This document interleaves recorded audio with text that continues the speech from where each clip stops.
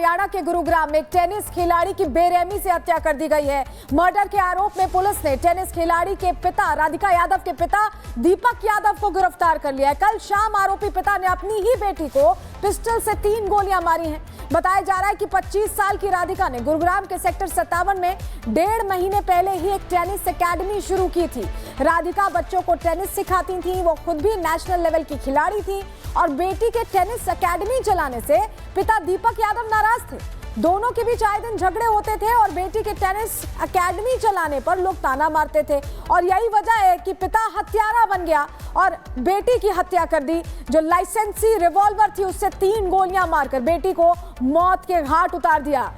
और हमारे साथ हमारे सहयोगी जतिन सीधे जुड़ रहे हैं, उनका हम रुख कर रहे हैं। जतिन, ये मामला हैरान करता है। पिता तो बेटियों को आगे बढ़ाते, ये पिता तो हत्यारा निकला।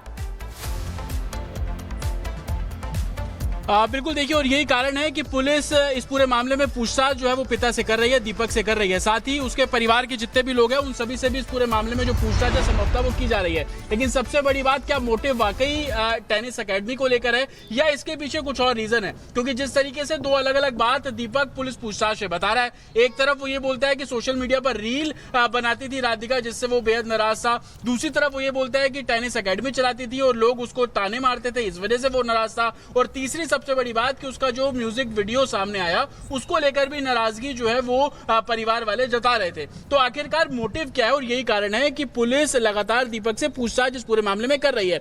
दूसरी सबसे बड़ी बात कि दीपक के अलावा जो उसके दूसरे रिश्तेदार है, नीचे घर के नीचे रहने वाला जो उसका भाई है, उससे पूछताछ की जा रही है। फैमिली बैकग्राउंड के बारे में जानकारी ली जा रही है कि इससे पहले राधिका का बर्ताव किस तरीके का था, क्योंकि जिस एकेडमी में राधिका ट्रेनिंग देने जाती थी वहां पे काम करने वाले अफजल से जब हमने बात की तो उसने बताया कि राधिका यहाँ पर ट्रेनिंग देने आती थी, लेकिन उसके साथ उसकी फैमिली के लोग भी आते थे। अगर परिवार को ट्रेनिंग से परेशानी थी तो फैमिली के लोग उसके साथ क्यों जाते थे? किसी भी तरीके की लड़ाई झगड़े जो टेनिस कोर्ट है वहां पर देखने को नहीं मिला। तो सवाल यही खड़ा होता है कि जो कन्फेशन दीपक का है, पिता का है, लेकिन उसके विपरीत जब इन्वेस्टिगेशन की जा रही है, लोगों से पूछताछ की जा रही है, तो सब कुछ बहुत नॉर्मल दिखता है, बहुत सामान्य दिखता है, किसी तरीके की परेशानी नहीं थी। और यही कारण है कि गुरुग्राम पुलिस इस पूरे मामले में जांच कर रही है। परिवार वालों के स्टेटमेंट को दर्ज किया जा रहा है। संभवतः जो म्यूजिक वीडियो सामने आ रही है, उस म्यूजिक वीडियो कैसे उसको मिली, किसके साथ किया, कब किया, इन तमाम जो फैक्ट्स हैं वो जो निकलकर सामने आ रहे हैं, उस बेसिस पर भी इस पूरे मामले की जो जांच है संभवतः वो की जा रही है। अब से कुछ ही मिनटों में मैं पुलिस स्टेशन पहुंच जाऊंगा, वहां से वो तस्वीरें आपको दीपक की हम लोग दिखाएंगे कि किस तरीके से वहां पर पूछताछ हो रही है। फैमिली के जो लोग वहां पर हैं, बताइए कि फैमिली के जो लोग मौजूद थे जब ये घटनाक्रम हो रहा था, तो परिवार के क्या लोग घर के अंदर मौजूद थे जब पिता ऐसे मौत के घाट उतार रहे थे बेटी को? तो क्या माँ या कोई और परिवार का वहां मौजूद था? किसने इस पूरे मामले में रिपोर्ट किया? खुलासा कैसे हुआ है? बिल्कुल देखिए, परिवार के लोग वहां पर मौजूद थे। पहली मंजिल पर दीपक, राधिका, उसका भाई और उसकी मां वहां पर रहते हैं। ग्राउंड फ्लोर पर दीपक का जो छोटा भाई है वो अपने परिवार के साथ रहता है।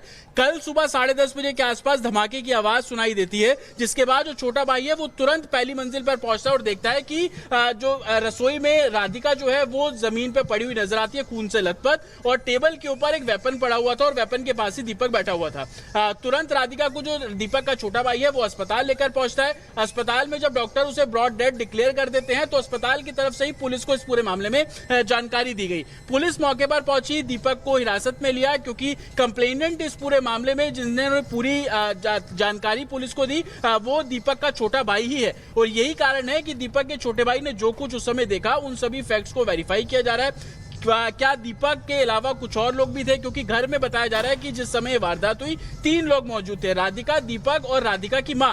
राधिका की मां बीमार थी, जो कि एक कमरे के अंदर आराम कर रही थी, संभवतः ये उस स्टेटमेंट में बताया गया है। पुलिस का कहना है कि अभी तक जितने भी स्टेटमेंट मिल रहे हैं उन सभी स्टेटमेंट को वेरीफाई किया जा रहा है, उन स्टेटमेंट को आधार पर आगे इन्वेस्टिगेशन की जा रही है। लेकिन मोटिव जो 2 निकलकर सामने आ रहा है, चाहे वो सोशल मीडिया का हो या टेनिस एकेडमी का हो, उन दोनों को फुल फ्लैश तरीके से मोटिव समझ पाना भी गुरुग्राम पुलिस इसको स्वीकार नहीं कर रही है। गुरुग्राम पुलिस का कहना है कि इस पूरे मामले में जो इन्वेस्टिगेशन है वो की जा रही है। इन्वेस्टिगेशन होने के बाद ही मोटिव को लेकर तमाम क्लैरिटी सामने आएंगी। ये भी जानकारी मिल रही है कि अब से कुछ देर में दीपक को कोर्ट में पेश किया जाएगा। अभी तक की इन्वेस्टिगेशन के बारे में कोर्ट में पुलिस जो है वो दीपक की इन्वेस्टिगेशन के बारे में कोर्ट को जानकारी देगी और संभवतः आगे कस्टडी ली जा सकती है, क्योंकि मोटिव को लेकर क्लैरिफिकेशन होना, मोटिव को लेकर जानकारी होना, अभी तक वो बहुत सारी ऐसी चीजें हैं जो क्लैरिटी नहीं दे रही है। और यही कारण है कि गुरुग्राम गुरुग्राम पुलिस अभी फैमिली के स्टेटमेंट को दर्ज कर रही है।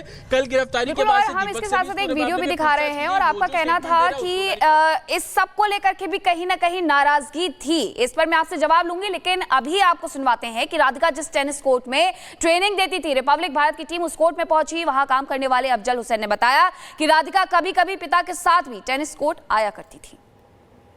2 साल पहले तक राधिका जिस कोर्ट पे खेला करती थी, वहाँ के लोग हमारे साथ हैं। क्या नाम है आपका? अफजल हुसैन। अफजल। राधिका यहीं पे खेलती थी? हाँ जी, कब खेलती थी यहाँ पे? पहले मैंने सुना था बचपन में यही खेलती थी, अच्छा। और उसके बाद कहीं और खेलने लगी थी। हाँ फिर उसके बाद घर गई, हाँ। फिर उसके बाद फिर कोचिंग करवाने लग गया कोच। यहीं पर कोचिंग कराती थी या किसी और जगह पे? यहाँ पे करवा रही थी, फिर अब बीच में छोड़ दिया, अब आता ही नहीं था। हाँ। कब लास्ट टाइम कब आई थी? लास्ट टाइम वो नहीं पता मुझे। अच्छा, आप कब से हैं यहाँ पर? मैं 3 साल हुए मेरे। तो आपके यहाँ पे काम करते हैं या आप भी कोई स्पोर्ट्स खेलते हैं यहाँ पे? मैं काम करता हूँ, अच्छा। और अभी तो मैं थोड़ा बहुत अंदर कोच वहाँ पे बच्चों को संभालता हूँ कोर्ट के अंदर, अच्छा। टेनिस में। तो किस एज ग्रुप को सिखाती थी राधिका यहाँ पर? फर्स्ट कोर्ट में, ये जो कोर्ट अच्छा, ये है। जो पहला कोर्ट है यहीं हाँ पर ही? हाँ, अच्छा, तो यहीं के लोग आते थे खेलने या बाहर से भी कुछ लोग आते थे? बाहर से भी आते थे। हाँ। राधिका से मिले हो आप इससे पहले कभी? हाँ, कैसी थी वो, मतलब बहुत अच्छी थी। स्पोर्ट्स के बारे में क्या एनकरेज करती थी युवाओं को? हाँ, बताती थी कैसे खेलना है। हाँ। मैम बहुत अच्छी थी, कि जैसे कोई कुत्ता को भी हो ना, बहुत अच्छी थी मैम। अच्छा, कभी उन्होंने बताया, कभी डिस्कस किया कि परिवार मना करता था कि कोचिंग मत करो? उनसे बात ये सब नहीं होती थी। हाँ। उनकी फैमिली भी आती थी यहाँ पे, वो फैमिली के साथ बात करते थे हाँ। बस। कब तक लास्ट कब आई थी फिर भी वो? और नहीं पता मुझे आगे। तो ये तो देखिए, अफजल कह रहा था कि परिवार के साथ आती थी, और ये तस्वीर देखिए, ये वही बेटी है राधिका जिसको मौत के घाट उतारा गया। कातिल पिता ने 25 साल पाल पोस कर बड़ा किया और उसके बाद हत्यारा बन गया। ये म्यूजिक वीडियो की तस्वीर है जिसमें आप राधिका को खुश देख पा रहे हैं, और कहा यह भी जा रहा है, देखिए एक तरफ तो ये कहा जा रहा है कि एकेडमी चला रही थी इसलिए नाराजगी थी, लेकिन एक खबर ये भी है कि इस तरह के म्यूजिक वीडियोस जो राधिका कर रही थी उसको लेकर पिता खुश नहीं थे, और झूठी शान के लिए उन्होंने अपनी बेटी को मौत के घाट उतार दिया। जिस बेटी को 25 साल तक बड़ा किया, जो टेनिस स्टार बन गई, जिसने एकेडमी खोली, अपने पैरों पर खड़ी थी, उसको एक म्यूजिक वीडियो मात्र बनाने से मौत के घाट उतार दिया। बिल्कुल सही कहा आपने, क्योंकि इसे लेकर के हमारे सहयोगी जतिन लगातार जानकारी भी दे रहे थे कि सोशल मीडिया पर ज्यादा एक्टिव रहने की वजह से भी दीपक नाराज था। उसने बार बार अपनी बेटी को मना किया था, राधिका को मना किया था कि सोशल मीडिया पर ज्यादा एक्टिव ना रहे। दूसरी तरफ जतिन, जो ये म्यूजिक वीडियो की कुछ तस्वीरें हम चला रहे हैं, ये वीडियो हम चला रहे हैं, इसके बारे में क्या जानकारी है? ये बताया जा रहा है कि जिस लड़के के साथ उन्होंने ये म्यूजिक वीडियो किया था राधिका ने, उसे लेकर के भी दीपक की नाराजगी थी। बिल्कुल, देखिए, और सबसे बड़ी बात यही निकलकर सामने आ रही है। तकरीबन 1 साल पहले का ये म्यूजिक वीडियो है, जो इन्वेस्टिगेशन में चीजें निकल रही है कि इसी म्यूजिक वीडियो के बाद से राधिका सोशल मीडिया पर बहुत ज्यादा एक्टिव रहने लगी, और इसी बात से पिता जो दीपक थे वो बेहद नाराज चल रहे थे। मेरे पीछे आप ये पुलिस स्टेशन देख रहे हैं, देखिए सेक्टर 56 गुरुग्राम की पुलिस स्टेशन है। इसी पुलिस स्टेशन में FIR दर्ज की गई, और इसी पुलिस स्टेशन के अंदर अभी दीपक मौजूद है। आरोपी जो पिता है वो इसी पुलिस स्टेशन के अंदर मौजूद है, और संभवतः यहीं से इस पूरे केस की जो इन्वेस्टिगेशन है वो की जा रही है। एक तरफ दीपक से इसी पुलिस स्टेशन के अंदर पूछताछ की जा रही है, तो दूसरी तरफ जो उसका भाई है, जो इस पूरे मामले में कंप्लेनेंट भी है, और नीचे वो रहता था जिसने सब कुछ देखा, मौके क्राइम पर खून से लथपथ राधिका को देखा, टेबल पे रखी हुई जो गन है उसको देखा, अस्पताल ले जाने वाला उसका छोटा भाई था, उससे भी इसी पुलिस स्टेशन के अंदर अभी पूछताछ की जा रही है। हालांकि पूछताछ दोनों से इस लिहाज से की जा रही है कि बैकग्राउंड के बारे में पुलिस को क्लैरिटी मिल सके, क्योंकि लगातार जो स्टेटमेंट है वो दीपक की तरफ से बदले जा रहे हैं। पहले वो बोल रहा है कि सोशल मीडिया पे बहुत ज्यादा एक्टिव थी, इस वजह से उसको गुस्सा है, उसने गोली चला दी। फिर जब उससे दूसरे सवाल पूछे जा रहे हैं तो वो दूसरा रीजन बता देता है।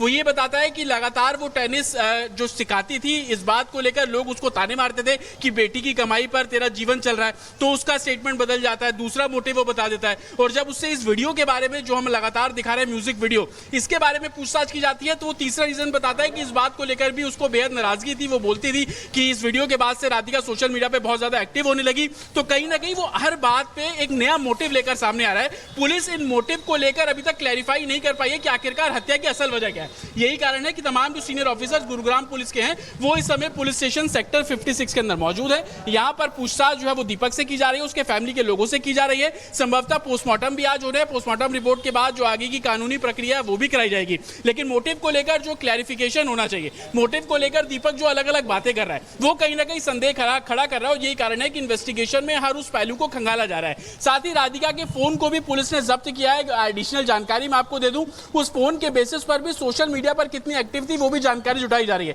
हालांकि सोर्सेज ये भी बता रहे हैं कि हत्या के बाद से राधिका का जो सोशल मीडिया अकाउंट था उसको डीएक्टिवेट कर दिया गया। हालांकि पुलिस की तरफ से ऑफिशियली इसको लेकर कोई जानकारी अभी तक नहीं दी गई है। अगर ऐसा किया गया है कि सोशल मीडिया अकाउंट डिलीट किया गया तो कहीं ना कहीं कॉन्स्पिरेसी की ओर इशारा जाता है। अब से कुछ देर में जब ऑफिशियल सामने आएंगे तो उनसे हम सोशल मीडिया अकाउंट को लेकर क्लैरिटी भी मांगेंगे। तो कहीं ना कहीं दीपक जो कि इस पूरे मामले में आरोपी है उससे पूछताछ में अलग अलग मोटिव के बारे में वो जिक्र कर रहा है। और पूरी टाइमलाइन को जब आप देखेंगे तो एक बड़ी कॉन्स्पिरेसी की ओर इशारा इस पूरे केस में होता हुआ नजर आ रहा है। जतिन, ये बात गले से नीचे नहीं उतर रही है कि सिर्फ अकेडमी खोलने को लेकर इतनी नाराजगी हो सकती है कि ऐसे मौत के घाट उतार दिया जाए, रिवॉल्वर से दनादन फायरिंग कर दी जाए। ये गले के नीचे उतर भी नहीं रही है बात, ये कहानी कुछ और ही लग रही है।